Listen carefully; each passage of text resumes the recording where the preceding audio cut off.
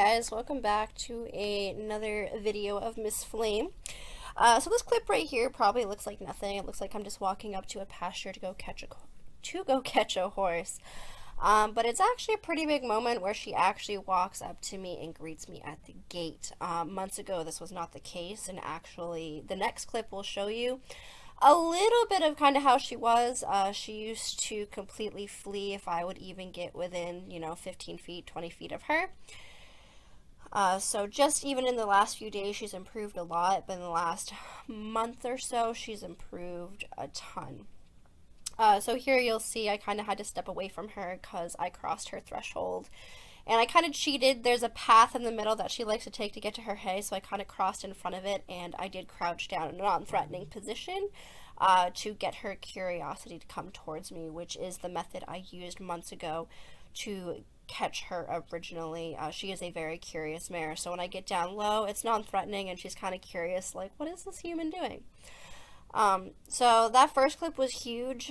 She's kind of decided that, hey, this human isn't so bad. If I do right things, I get treats.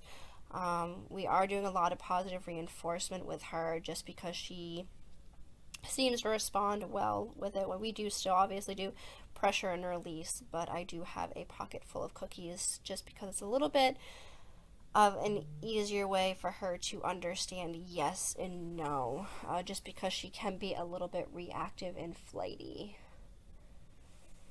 So this clip is just me catching her. This video is a whole lot of nothing, but a whole lot of something at the same time. Of course, I'm going to be blubbering through the whole thing. This video is a little bit longer, so it's going to be interesting. But anyways, this clip right here is me working on getting her to lead through tight places. She is very nervous of the chicken coop because the chicken's coming in out of their coop. And it's narrow. My house is on the other side. My child is behind her. The chickens are coming in and out. There's a lot of pressure on her. But right here is where she actually shows a perfect example of nose, neck, maybe the feet. It's something I learned years ago. That usually if you can get the nose, the neck will follow, and then usually the feet are coming too, And she really does show that here. It literally goes nose, she stretches her neck, and then all of a sudden she kind of goes, oh, okay, my feet can go. It's actually wicked cute how she kind of hesitates through there because she's kind of like, is a chicken going to come out? Of course, I have a long rope I'm trying to record, but I was trying to get her to come around so I could give her a treat. It wasn't an immediate treat, but it did get the point across anyways. And of course, Checkers is going, there's treats, there's food involved, can I have some? She's got the cutest little muzzle. So it is snowing and she's nice and wet. And I was nice and wet. But I'm happy that we got this snow because we actually have some really good footing. So that means good ride time. So the shaking of the rope right there, all of my horses know to halt and back up through the shake of the rope, and she has started that. So that's what that was. She was just kind of getting a little bit too much in my space, so I had shook the rope to ask her just to kind of back off a little bit. And she is so cute. She is just wicked nervous about these little birds that kind of come in and out of the coop. And this is where she kind of comes through a little bit more confidently. She has a little bit less of a hesitation to her step. And to get the angle of me giving her a treat was quite interesting, but I'm proud that I actually caught it because I wasn't sure. So either which way, yeah, she got a couple of cookies for that. And here is where we start working on going in and out of the stall. So I just ask her to walk forward and come with me. And prior to this clip, I was working a little bit on lunging, which you'll see in a minute. I don't really want to call it lunging because it's on a lead rope, but moving her feet a little bit and have control of her feet. Because like I said, she's reactive. She's got a lot of anxiety. And she's just not really handled. She's used to doing her own thing. So getting control of her feet right now is huge. Just letting her know that there are boundaries and rules. So this is where she kind of hesitates. I'm on like the very back wall of the stall, asking her to come in, and she gets a treat when she comes in, and then I ask her to turn around, and then I ask her to stand. In that 3-stall barn, in all stalls, there are cross ties, and that is where all the horses get cross tied, groomed, tacked up, you name it. Like half the time that's where they get their feet done. So this is where she's gonna have to get really comfortable, and she's not comfortable with it. It's a tight space. She doesn't like it. She can't see what's going on the outside of the building, like behind her. She is not comfortable with it. So this is where we're starting with her, and I start swinging the rope because I want to make sure that she knows that she can't just barge out of the stall. I don't mind if she looks, but she can't barge her way out. So we don't stay for very long because, like I said, she's kind of claustrophobic.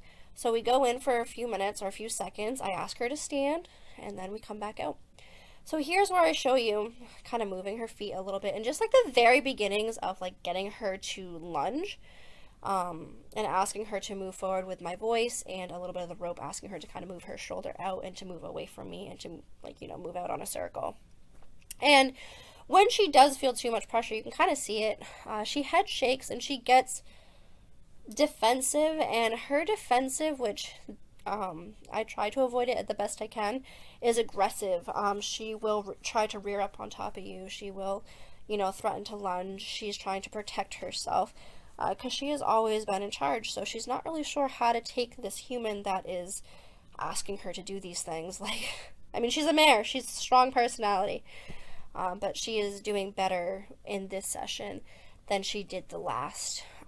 The last session was a little bit of a mental meltdown. She didn't like that I was enforcing rules. And I really kind of wish, in one sense or another, we had gotten some clips of it, just because it's kind of hard for you guys to kind of figure out, you know, where she's come from. But she's only had one session on, you know, leading and moving her feet prior to this, so moved her feet a little bit, and now I'm going to ask her to come around, and then we are going to go in the stall again. And over where she is right now, she's a little bit spooky. There's something over there that she just wasn't 100% comfortable with, so she kept trying to scoot out of that area, and I just kind of had to let her know, like, you're good, let's just walk nicely, walk beside me. And this time she goes in the stall a lot more confidently. She doesn't have that hesitation, so that was a nice difference.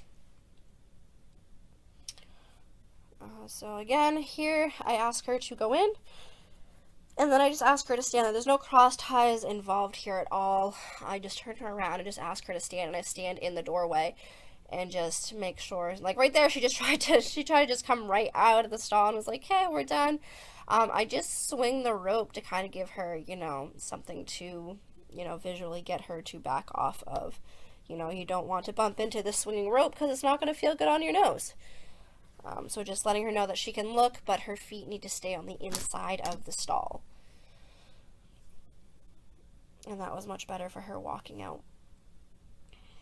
And this part of the video, I'm a little bummed because truthfully I thought this angle was going to give you the best view of what was happening when I started to actually hook her to the cross ties, and it didn't. It just looks like an invisible stall and you can see me, so I'm a little frustrated. But I am going to just let this play out, and I'm going to kind of talk through it. It's going to look like I'm working with an invisible horse, but either which way. So this is where I actually started to think about putting her on the cross ties. The first time around, I don't believe I hooked the cross ties. Again, it's hard to see, so I can't remember exactly. This was a couple days ago.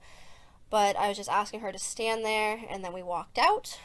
And then the second time, as we come in, I actually put her on the cross ties because I wanted her to get just a few minutes of restriction on her face and to realize that she's not going to be stuck there for very long. So in that moment, she kind of was like, nope, I don't like this is where this is going. I'm just going to go right by the door. But when I gave her a little nudge, she came right back in. So she's getting a lot better about turning around at this point. She's not trying to barge right through. She's being a little bit more patient. So I believe this time is the moment that I actually put her on the cross ties. And she just is very claustrophobic about it. I think part of it, like I said, at least I think I said earlier, comes from she was put in a small barn with no other animals to see. She was very closed in. It was dark. And she was kind of just left there to do her thing. She had hay, she had water, but she had no other interaction. So I think it created anxiety of small spaces, unfortunately, because her owner had the right intentions. I don't think it did her brain any good for how long she was in there. So I put her on the cross ties, and then I just stand there, and I take the lead rope off, and I just kind of, you know, hang out with her for a minute while she's calm. Her breathing was very heavy at this point, but she does need to learn how to cope not very long. I don't ask her to cope for very long, but she does need to realize that I do come back and she does get off the cross tie. She is not trapped there. She is not, forgotten about. So my son actually comes in and starts asking what we're doing, and so I kind of use him as an excuse to walk away, just to kind of give him something else to do as well, just because if anything was to happen in this situation, I would not want him there. So it was kind of a good excuse to actually walk away for a minute. And again, I wish you guys could see it, but she does paw a lot. She starts nickering and whinnying. She just gets very anxious about it. She has a hard time with it. But I don't leave for very long at all. It's only for, I think it was maybe 10 seconds. And then I came back. And we're just going to start building on that, We're going to go from 10 seconds to 30 seconds to 30 seconds to a minute. And just until she starts to be able to lower that anxiety and realize my person does come back, I'm not stuck here. I do have a way to get out. So that's about it. That's about where I left it. I pet her. And I took her off the cross ties and called it good at that, just because, she could have broke the cross ties. They're attached with baling twine, but she didn't. She honestly didn't push on them too hard either. She just kind of was more, vocalizing her anxiety. So that's it. It was a whole lot of nothing, but a whole lot of something at the same time. We're getting a lot of progress. I'm hoping the next video, or one of these videos, will end up doing a join up session. And I'm also thinking about doing a meet the horses videos. But if you guys have anything you guys would like to see as far as Flame goes, or even as far as Arlo goes, he's learning a lot of manners as well, coming off the track about a month ago. But anyway, guys, I will see you guys soon. Thanks so much for watching.